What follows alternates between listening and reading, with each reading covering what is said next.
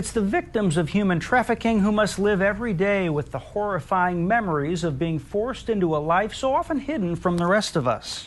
In this two-part series on human trafficking, Christine Souders introduces us to two women, once wrapped up in a scary world not far from home.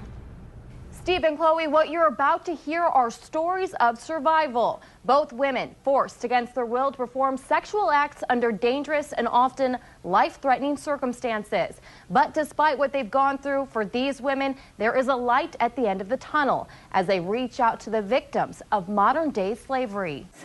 I asked to leave. He wouldn't let me. I asked to call my parents, and he wouldn't let me. Tina Front was just 13 when she first met her trafficker on her way to a neighborhood store in Chicago. A man in his late 20s befriended her, and soon after, Tina says she was lured to Cleveland, Ohio to work as a sex slave. I did not know anything about a pimp or a trafficker. I thought it was a relationship. The next step to that is what all survivors have to go to, is when they rape you and force you into being sold to other people. And it may surprise you to hear that human trafficking goes on right here in the Quad Cities. That's exactly what happened to one woman less than 10 years ago in Davenport. She asked us not to identify her, but writes in a detailed letter about falling victim to a trafficker when she was 22 years old. Our meeting spots were anywhere from hotels, their residence, or the I-80 truck stop.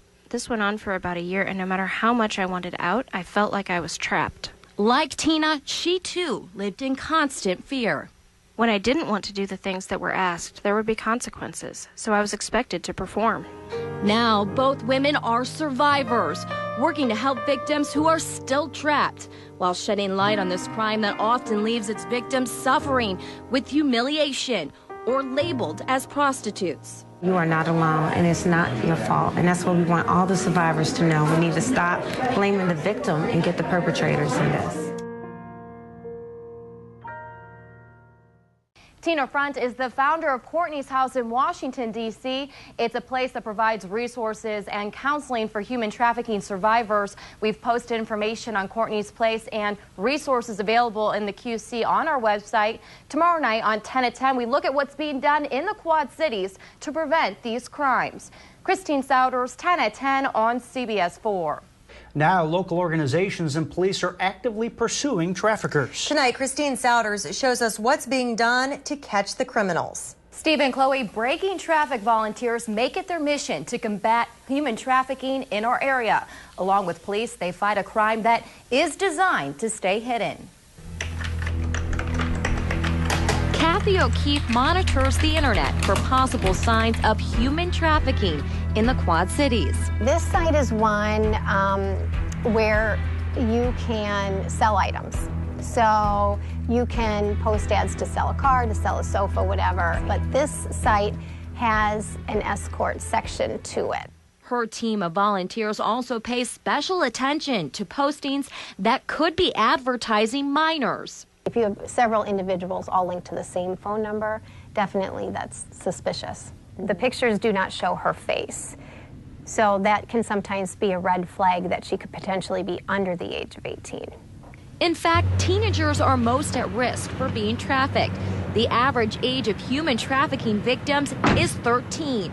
It's a terrible situation because the traffickers have so much leverage oftentimes over the people being trafficked. Davenport Police Chief Frank Donchez says they too investigate escort sites to tap into this underground society. The MEG unit and the Davenport Police TOB, they check those websites and in the course of their prostitution investigations also have in the back of their mind that, you know, hey, could this or could this not be a human trafficking case? Just last month, 26 people were arrested on prostitution charges in a sting in Muscatine, but one person is charged with human trafficking. The fact that it happened in Muscatine certainly tells me it can happen in Davenport. And so, again, the most positive thing we could do is be vigilant. So how are these criminals flying under the radar when the evidence is in plain sight? They say that their site is not intended for prostitution. It is merely intended for people to get to know one another or to set up a date. and that if people are misusing the site, that they don't take responsibility for that.